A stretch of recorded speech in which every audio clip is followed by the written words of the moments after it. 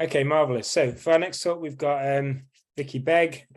So Vicky, over to you. I'll let you know on the chat when you kind of maybe got 2 minutes left or something. Okay, thank you. Okay, all right, and you just let me know when you want to skip on. Yeah. Okay, moving on straight away there. Adam, thanks. So I'll start off. Thanks for having me, folks. Nice to be invited to talk, and nice to have my little slot here. I'll start off with sort of introduction, my kind of background. Click on there, Adam. Just keep clicking through them fairly quickly. Yeah, that's probably easiest just to have them all up like that. Click one more, and I'll have the whole lot, and I'll just trundle through this. Go back one. That's it. So I sort of started my journey of coaching in 2008 at Glasgow Triathlon Club. We had a very omnipresent head coach at the time, and over time that relationship with the head coach rather failed when that coach breached some of our coaching code of conduct at the time with Triathlon Scotland. So there was a bit of an opportunity there for new and different coaches that seemed really relevant and important to the club at the time to come on board. So I was one of those coaches. We no longer had 20 or 30 something year old athletes, and their sort of aspirations kind of varied considerably. Our club split, sort of, I can't actually remember when that was. And then over time, I completed my level 3 coaching qualification and took on the head coach role. My sort of understanding of coaching really expanded. And also I took on a coach tutor role at Triathlon Scotland. So again, I was looking at coaching from the other side, which helped me to sort of understand the role. During my sort of tenure, there was a humongous sort of expansion of our club. We must have had 500 or 600 members in our club. So it was the sort of biggest club in Scotland, which included a youth section and a separate head coach. So our demand for sessions and the kind of related resources really peaked between maybe 2017 and 2020. Then we had the kind of COVID pandemic, and I actually stepped down from the role in 2021. But we stepped back a little bit. I sort of took up my MSc in Psychology of Sport at the University of Stirling in 2016. Really, I was thinking about offering more specialised sort of, I suppose, private practice towards some individual clients I had, and also towards supporting our club members more holistically. And then the topic for my dissertation kind of came about quite naturally when I was kind of looking into the effects of almost like later psychosocial life phases, such as retirement from sport, either elite or competitive at the sort of amateur level, and also at lifelong participation in sport. So the menopause kind of came up in that research, and the pre and perimenopausal stages have got really significant effects and significant psychological effects on female athletes, very few of which have been researched, and that's what I kind of discovered during my sort of time at the university. My individual sort of experiences were such that I started to recognise myself when I was reading about those symptoms, and that was most notable in my sort of ability to kind of think in a sort of linear way. I felt that was really compromised, and I felt really disorganised, and as a consequence, I was quite anxious and unsettled. So trying to find a sort of place for delivering, I suppose, coaching, tutoring, psychology of sport felt important to me. And then I added into that counselling skills qualification last year. And I've sort of kept in touch with the Scottish Sports and Exercise Psychology Network. So that's meant that, you know, my private practice has developed. I set up my business as the Sports Council, which is, you know, sports psychology, coaching and counselling services. I'm now offering Let's Talk sessions with a friend, Kelly, which are all about menopause and managing your menopause. And I've set up a collaboration with a sports psychologist, Dr. Eleanor Cormack, and we're calling that Fit Think. And our first job is working with endurance athletes at the Montane Dragons Back Ultra Endurance Run event. Click on, Adam, to the next slide. Now, here's a slide for you. I'll give you a little quote from a dissertation. This is, and it also quotes two authors, Mishra and Koo. So in terms of women's psychosomatic status, they may experience changes in their nervous and emotional state, their self-confidence, attitudes to work and life, in their ability to make decisions and concentrate, and suffer memory problems. As for the perceived effect of menopausal transition on psychological health and well-being, a lack of association, understanding, or engagement with psychological symptoms and their effect on health in women themselves and by those around them often results in or misconceptions formed by negative, derogatory, or deleterious connotations. So, this then moves me on to this question.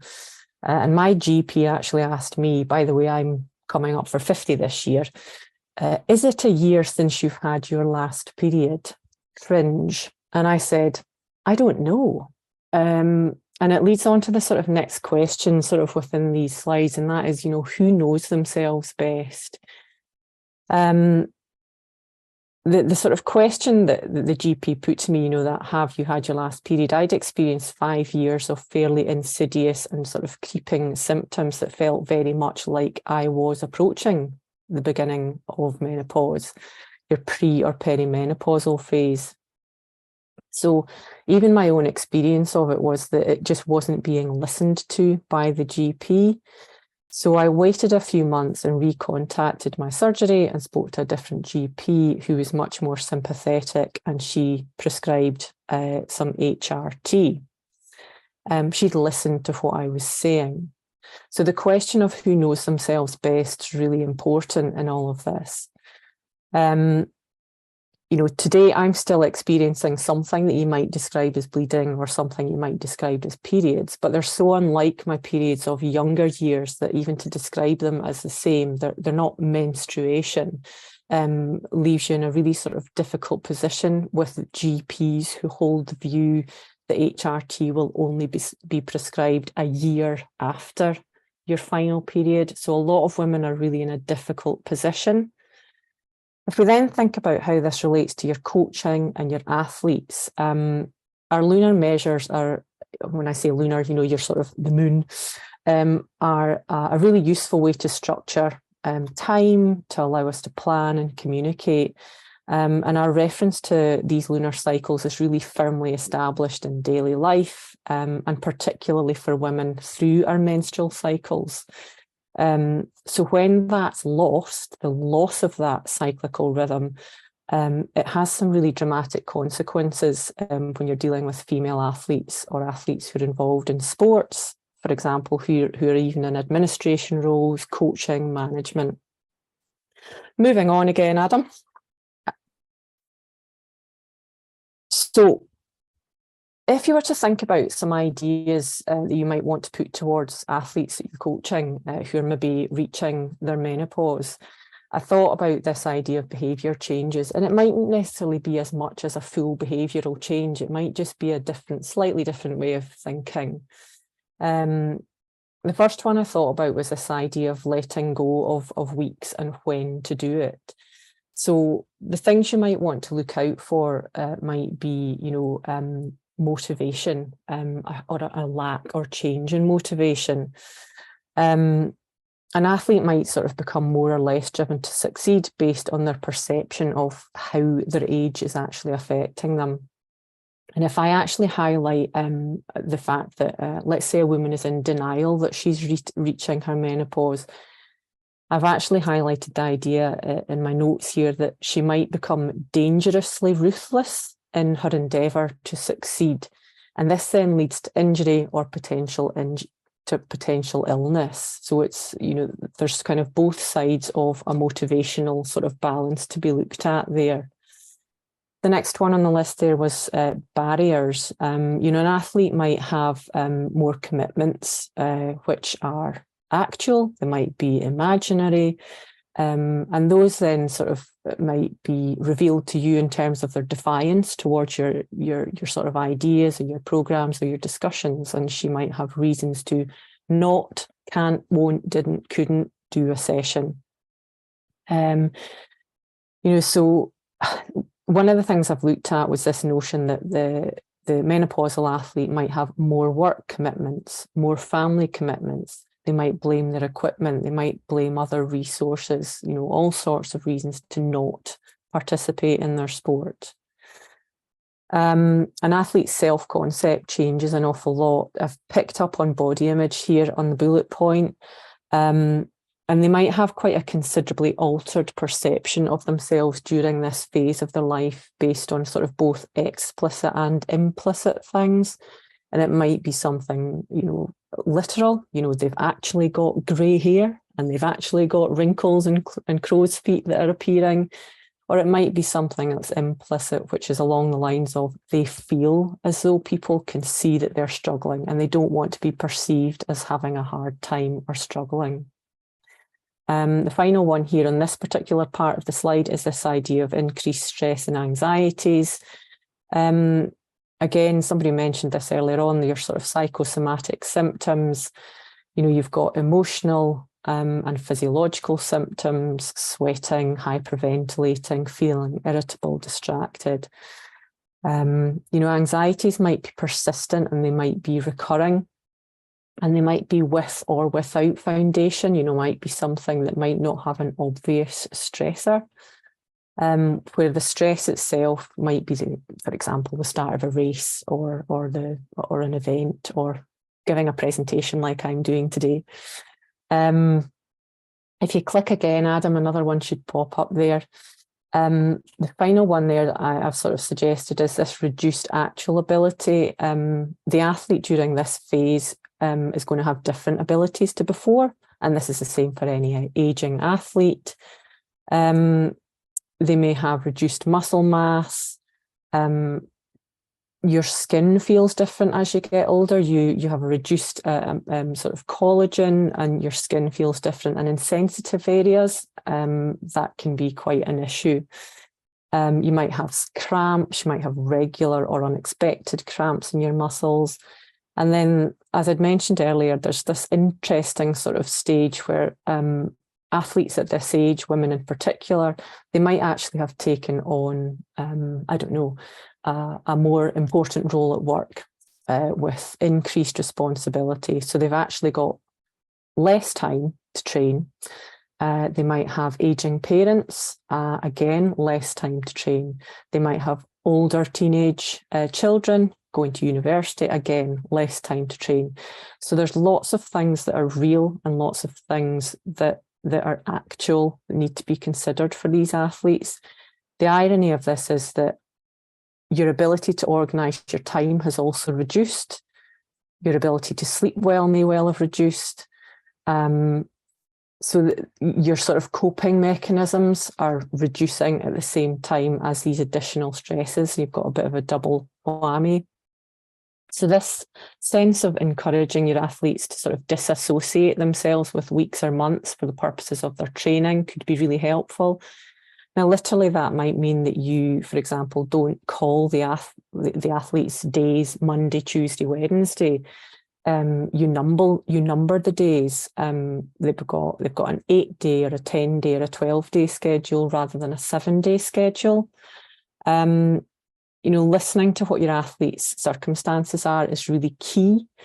If they're telling you that they're going to work and they've got an early start and a late evening or traveling a lot, the idea that they've got a sort of missed session is this sort of route for you to kind of get in there and work out how you can sort of readdress that issue about what a missed session really means. if your athlete is able to assign the sessions to a day for themselves and they become autonomous in that, then it's really helpful, because it means that they don't feel as though they've actually missed the session. They're slotting it in at a time when it actually suits them. So the whole concept of the missed session is avoided. It's really simple. They've got a reason for not completing it, and it's really not your place as a coach to sort of be angry or stressed about that. It's more that you should be able to understand why the athlete has missed the session and then move forwards with them to the next session. Next slide, Adam. Thank you. Just click on, bring up all the back one. There you go. Yeah. Yeah, that one there. So the next idea I had to, as a sort of behaviour change idea, is this notion of sort of whether or not you can accept things. So I really wanted to ask the question, what's your understanding of acceptance? Where and how does it feature in your life? And what kind of a person are you in the face of accepting circumstances? Psychological acceptance refers to the process of embracing thoughts, emotions, and other internal experiences without judgment and without trying to change them. So if you think about your own sort of phenomenon and your own phenomenal experience of accepting things, that's one situation. But try and put yourself in the position of your athlete, the person-centred approach, which our previous speaker, Andrew, had suggested you try and take. Play the vicarious bystander role, ask the questions of your athletes, and think about how differently they might answer as compared to you. And then, in light of what your athlete's description of what acceptance means, if you click once more, Adam, oh no, I think I've maybe changed one, but never mind, just leave it. In light of sort of what your athlete's description of acceptance is, this might be your little route in, your little learning moment, or the open door to having them investigate what their current situation is and review what they understand of themselves. Because if they're not willing to accept the changes that are happening to them as they go through menopause, it can be really difficult for you as a coach athlete team to move forwards.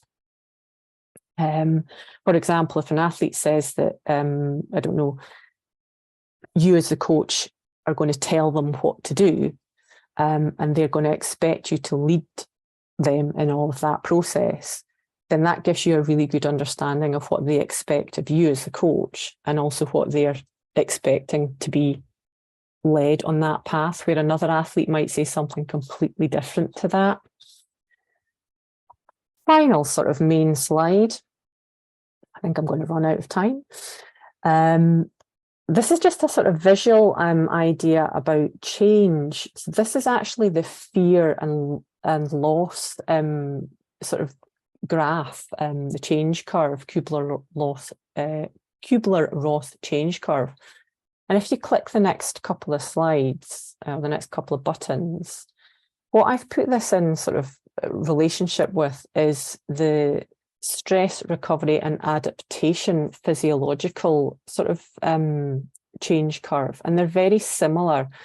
So I thought that as a visual sort of guide, it would be quite an interesting way to sort of explain to athletes how they go through different phases in change, and the menopause is a change. So if you think about the shock of realizing that you're going into your menopause, you have denial and frustration over it.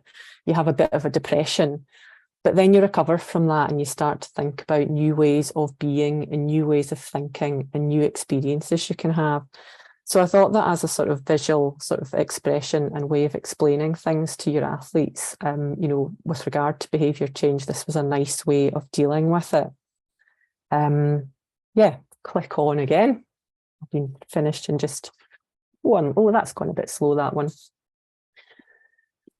Final ones. I've actually, when I created this slide at home, I changed this last wee bit and took out the last couple of bullet points. So this was something, again, that I think Andrew had mentioned earlier on in his talk. For you as a coach, your own behaviour change should be learning to hear better, learning to be more empathetic, and learning how to interpret what your athlete's got to say. if you're interpreting your athletes' words and making them something that fits within your world, then you're not doing them any justice. You need to understand, or you need to be empathetic towards your athlete in their world and hear what their version of events is, so that you can actually work with them with regard to their own experiences. Yeah, I think that's really where I want to finish up. Yeah, thank you for listening. Yeah. Thank you very much. Excellent. Thank you. Thank you so much for that, Vicky. Has anyone got any questions for Vicky following on from that talk? Feel free to put them in the chat, or just unmute yourself and feel free to ask a question.